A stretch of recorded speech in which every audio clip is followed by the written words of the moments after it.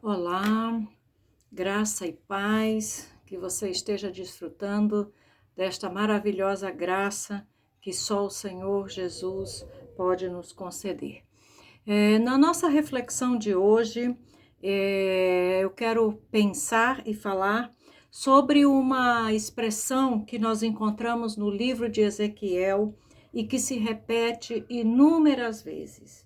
E a expressão, eu vou ler aqui o texto, né, alguns versículos, vamos ler juntos e depois vamos falar sobre esta expressão que é tão repetida aqui no profeta Ezequiel. Em Ezequiel capítulo 6, versículo 7, está escrito assim: Os mortos à espada cairão no meio de vós, para que saibais que eu sou o Senhor. Versículo 10: Saberão que eu sou o Senhor, e não disse debalde que faria este mal. Versículo 13: Então sabereis que eu sou o Senhor. Começa o versículo assim. E o versículo 14 conclui: estenderei a mão sobre eles e farei a terra tornar-se desolada, desolada desde o deserto até Ribla, em todas as suas habitações, e saberão que eu sou o Senhor. No capítulo 39 de Ezequiel também, no versículo 7, 39 de Ezequiel, versículo 7. Farei conhecido o meu nome, o meu santo nome, no meio do meu povo de Israel, e nunca mais deixarei profanar o meu santo nome. E as nações saberão que eu sou o Senhor, o Santo de Israel. E o versículo 28 deste mesmo capítulo, onde está escrito: Saberão que eu sou o Senhor seu Deus, quando virem que eu os fiz ir para o cativeiro entre as nações e os tornei a juntar para voltarem à sua terra, e que lá não deixarei a nenhum deles. Nestes versículos, você deve ter observado que aparece várias vezes essa expressão: sabereis ou saberás, saberão que eu sou o Senhor. Essa expressão, essa frase, aqui no livro do profeta Ezequiel, aparece pelo menos umas 60 vezes. Então, é uma frase que se repete muito. E isso tem um significado, tem uma razão de ser. E nossa pergunta é: o que significa isso? Por que que quando Ezequiel estava profetizando, quando ele terminava de anunciar o que Deus queria que ele anunciasse, quando ele terminava de proclamar a mensagem que Deus estava ordenando que ele proclamasse, aparecia essa expressão: saberás que eu sou o Senhor, ou então sabereis que eu sou o Senhor, ou então saberão que eu sou o Senhor. Por que isso? E nós encontramos pelo menos 3 razões por que essa expressão se repete tanto. Obviamente que, antes de qualquer coisa, se isso é tão enfático nesse livro, se isso se repete tanto, é porque havia uma grande necessidade de que isso fosse conhecido, de que isso fosse entendido, de que isso fosse assimilado pelas pessoas para quem Ezequiel estava profetizando e para todo o mundo também, obviamente. Então, o que significa essa repetição constante? Por que Deus fala tantas vezes através do profeta Ezequiel essa frase? A primeira razão que nós podemos observar na leitura deste livro, desse profeta, é que todos os fatos históricos testemunham o senhorio de Deus. Nós observamos que quando Ezequiel estava profetizando, ele profetizou para Israel e ele profetizou para outras nações também.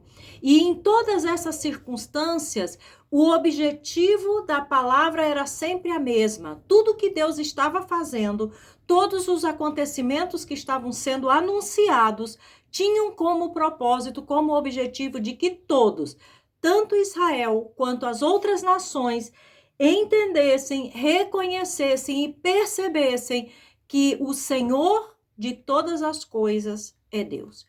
Que quem estava no controle de todas as coisas é Deus. Que os homens podem planejar e pensar em fazer cumprir determinados projetos, mas finalmente o que vai prevalecer é aquilo que Deus falou, aquilo que Deus estabeleceu. Então, a primeira coisa que nós observamos é que o objetivo era que eles entendessem quem é o Senhor realmente. Por quê? Porque havia muita idolatria. Apesar de serem chamados de povo de Deus, eles estavam fazendo coisas que não agradavam a Deus. E todo ser humano, lamentavelmente, é assim.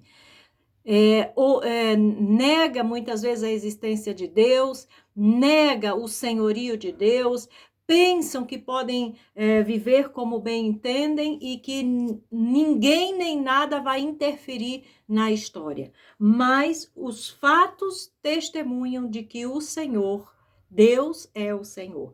E nós podemos observar em Ezequiel capítulo 7, o versículo 2 e o versículo 4, que Deus deixa bem claro nestes versículos para Israel, que ele é o Senhor. O versículo 2 diz: Ó tu, filho do homem, assim diz o Senhor Deus acerca da terra de Israel. Haverá fim, o fim vem sobre os 4 cantos da terra. E o versículo 4, então, os meus olhos não te pouparão, nem terei piedade, mas porei sobre ti os teus caminhos, e as tuas abominações estarão no meio de ti. E sabereis que eu sou o Senhor. Então, Israel tinha necessidade de reconhecer, de entender que o Senhor é Deus. Deus é o Senhor, não existe outro Senhor. Deus é o Senhor.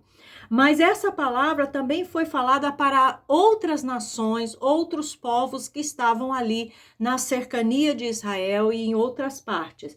E isso nós podemos observar, só para dar uma referência, em Ezequiel capítulo 36, no versículo 23, está escrito assim: Vindicarei a santidade do meu grande nome, que foi profanado entre as nações, o qual profanastes no meio delas. As nações saberão que eu sou o Senhor, diz o Senhor Deus, quando eu vindicar a minha santidade perante elas. Então, em muitas ocasiões, e Ezequiel profetizou para diversas nações, também o objetivo é que as nações soubessem que quem é o Senhor é Deus. Deus é o Senhor. Apesar deles terem muitos deuses, de serem idólatras e de tudo mais, sobre todos Deus é o Senhor. E há um outro texto também em Ezequiel que mostra que até a natureza reconheceria isso. Apesar de ser um texto que é como uma parábola, uma alegoria, mas ele nos dá a ideia de que até a natureza. Versículo 24 do capítulo 17. Saberão todas as árvores do campo que eu, o Senhor, abati a árvore alta e levei a baixa, sequei a árvore verde e fiz reverdecer a seca. Eu, o Senhor, o disse e o fiz. Então, saberão, inclusive a natureza, que quem é o Senhor é Deus. E aí nós nos lembramos do texto, das palavras de Paulo aos Romanos, no capítulo 1, quando ele disse, lá no versículo 18 ao 21, que ele diz: A ira de Deus se revela do céu contra toda a impiedade e perversão dos homens que detêm a verdade pela injustiça, porquanto o que de Deus se pode conhecer é manifesto entre eles, porque Deus lhes manifestou. Porque os atributos invisíveis de Deus, assim o seu eterno poder, como também a sua própria divindade, claramente se reconhecem desde o princípio do mundo, sendo percebidos por meio das coisas que foram criadas. Tais homens são, por isso, indesculpáveis. E ainda no versículo 28 ele diz: E por haverem desprezado o conhecimento de Deus, O próprio Deus os entregou a uma disposição mental reprovável para praticarem coisas inconvenientes. E aí ele dá uma lista aqui no versículo 29, 30 e 31, mostrando as características e os atos e as práticas das pessoas. E quando nós lemos isso que Paulo escreve aqui, nós vamos ver que isso aconteceu no passado com Israel e com as nações, e que isso também acontece hoje nos nossos dias. No contexto que nós estamos vivendo, que nós estamos assistindo tantas coisas, isso está retratado aqui nessas palavras e nesses versículos do apóstolo Paulo. E aí no versículo 32 ele conclui dizendo: ora, conhecendo eles a sentença de Deus de que são passíveis de mortos que tais coisas praticam, não somente as fazem, mas também aprovam os que assim procedem.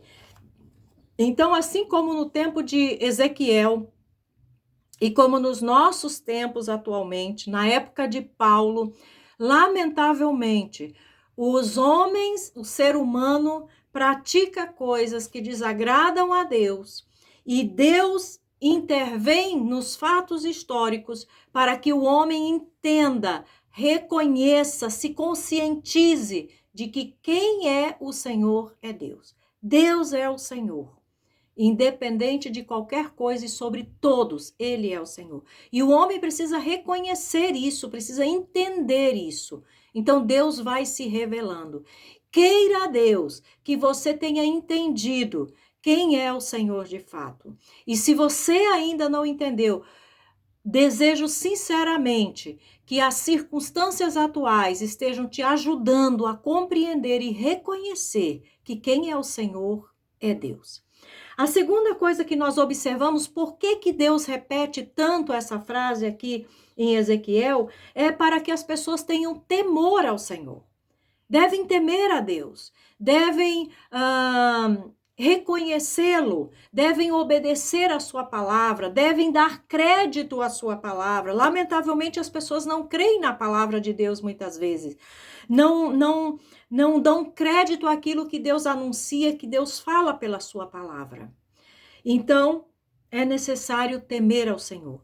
Lá no princípio, quando Deus foi estabelecendo as leis e as diretrizes para o ser humano, uma das coisas que nós observamos é que ele falou: olha, vocês façam isso, isso, isso e isso, assim, assim, assim, e temam o meu nome, para que temam o meu nome. Então, todos esses acontecimentos têm como objetivo de que as pessoas temam o nome do Senhor.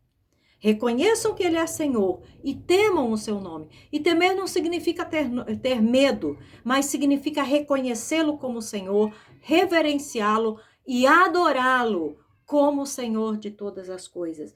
E aí nós podemos ver alguns versículos aqui, que alguns já conhecem, eu tenho certeza disso, mas vamos relê-los para relembrar.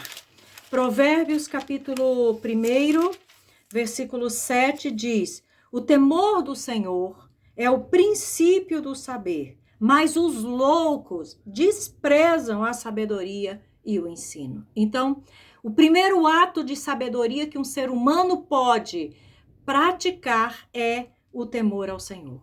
Então, eu desejo sinceramente que você seja sábio, que você tema ao Senhor. Vamos também ler no capítulo 8, o versículo 13, ele diz: o temor do Senhor consiste em aborrecer o mal. A soberba, a arrogância, o mau caminho e a boca perversa, eu os aborreço. Em que consiste o temor ao Senhor? Aborrecer o mal. Lamentavelmente, as pessoas não aborrecem o mal. Elas praticam o mal, gostam de praticar o mal e ainda se alegram e apoiam, incentivam outros a praticar o mal também. Então, temer ao Senhor consiste em aborrecer o mal. É isso que Deus quer, que você aborreça o mal, que você aborreça aquilo que Deus aborrece também e que você ame aquilo que Deus ama também. E no Salmo 33, o versículo 8, 33, versículo 8 diz: tema ao Senhor toda a terra, temam-no todos os habitantes do mundo, pois ele falou e tudo se fez, ele ordenou e tudo passou a existir. O Senhor frustra os desígnios das nações e anula os intentos dos povos. Observe que a palavra é: tema ao Senhor toda a terra, todos os habitantes do mundo. Por que Deus repetiu tantas vezes através de Ezequiel: e saberás que eu sou o Senhor, e saberão que eu sou o Senhor? Porque desejava que o povo temesse ao seu nome. Temer a Deus não é um privilégio ou um requisito de um grupo específico de pessoas. É para todos os habitantes da terra. Não importa quem seja, deve temer ao Senhor. E também em Eclesiastes, capítulo 12, tem um versículo bastante interessante. Eclesiastes 12, versículo 13 e 14 diz assim: e de tudo o que se tem ouvido, a suma é: teme a Deus e guarda os seus mandamentos, porque isto é o dever de todo homem. Porque Deus há de trazer a juízo todas as obras, até as que estão escondidas, quer sejam boas, quer sejam más. Então, o objetivo de Deus era que o povo aprendesse a temer o seu nome, reconhecessem que ele é Senhor e temessem o seu nome, andassem de acordo com os seus princípios e o reverenciassem como Deus. E a terceira razão, porque Deus diz tantas vezes: sabereis, saberás ou saberão que eu sou o Senhor, é porque ele tinha como objetivo que tanto Israel quanto as outras nações e os outros povos se convertessem ao Senhor. Esse era o grande objetivo. Deus queria alcançar e salvar aquelas pessoas que estavam perdidas, haviam pecado, estavam separados daquilo que Deus havia estabelecido para, não só para a nação de Israel, mas para todo ser humano. Deus desejava a salvação, deseja a salvação do homem. E veja que coisa interessante nós podemos ler aqui em Ezequiel mesmo, no capítulo 18. Ezequiel capítulo 18, versículo 4. Eis que todas as almas são minhas, como a alma do Pai, também a alma do Filho é minha. A alma que pecar, essa morrerá. Versículo 20. A alma que pecar, essa morrerá. O filho não levará a iniquidade do pai, nem o pai a iniquidade do filho. A justiça do justo ficará sobre ele, e a perversidade do perverso cairá sobre ele. E o versículo 32. Porque não tenho prazer na morte de ninguém, diz o Senhor Deus. Portanto, convertei-vos e vivei. Então, observe que o propósito de Deus é que as pessoas reconhecessem que Ele é o Senhor, temessem o seu nome, se convertessem e fossem salvos, porque o objetivo de Deus não é a morte de ninguém, não é a destruição de ninguém. Pelo contrário, o objetivo de Deus é a salvação. No capítulo 33, o versículo 11, nós também podemos ler: disse-lhes: tão certo como eu vivo, diz o Senhor Deus, não tenho prazer na morte do perverso, mas em que o perverso se converta do seu caminho e viva. Convertei-vos dos vossos maus caminhos, pois por que haveis de morrer, ó casa de Israel? Então observe que o objetivo final de Deus, em tudo que ele faz, é a salvação do ser humano. Para isso, ele precisa entender que Deus é o Senhor. Ele precisa temer o seu nome, precisa se converter dos seus maus caminhos e submeter-se a Deus. E finalizo então com a leitura de 1 de Timóteo, no capítulo 2, o versículo 3 e 4, onde Paulo escreveu para Timóteo da seguinte forma: isto é bom e aceitável diante de Deus, nosso Salvador, o qual deseja que todos os homens sejam salvos e cheguem ao pleno conhecimento da verdade. Então, que nesta tarde você reflita seriamente em todas as coisas que têm acontecido na sua vida e no mundo, e que você possa ouvir a palavra do profeta Ezequiel dizendo: sabereis, saberás, saberão que eu sou o Senhor. Que você entenda que o Senhor é Deus, que Deus é o Senhor. Que você possa temer o seu nome, porque todas as coisas que estão sucedendo no mundo são consequência da falta de temor a Deus. E que você possa também se converter ao Senhor, que você possa se arrepender dos seus maus caminhos, sejam eles quais forem, e voltar-se para Deus, porque Deus não deseja a morte de ninguém. Deus deseja a salvação da alma do ser humano. E é por isso que tão insistentemente ele ordenou que Ezequiel proclamasse esta palavra: saberás que eu sou o Senhor. Que o Senhor te abençoe, tenha uma ótima semana e que você possa concluir este ano com esta reflexão e começar o próximo ano com essa convicção, esse entendimento de que o Senhor é Deus.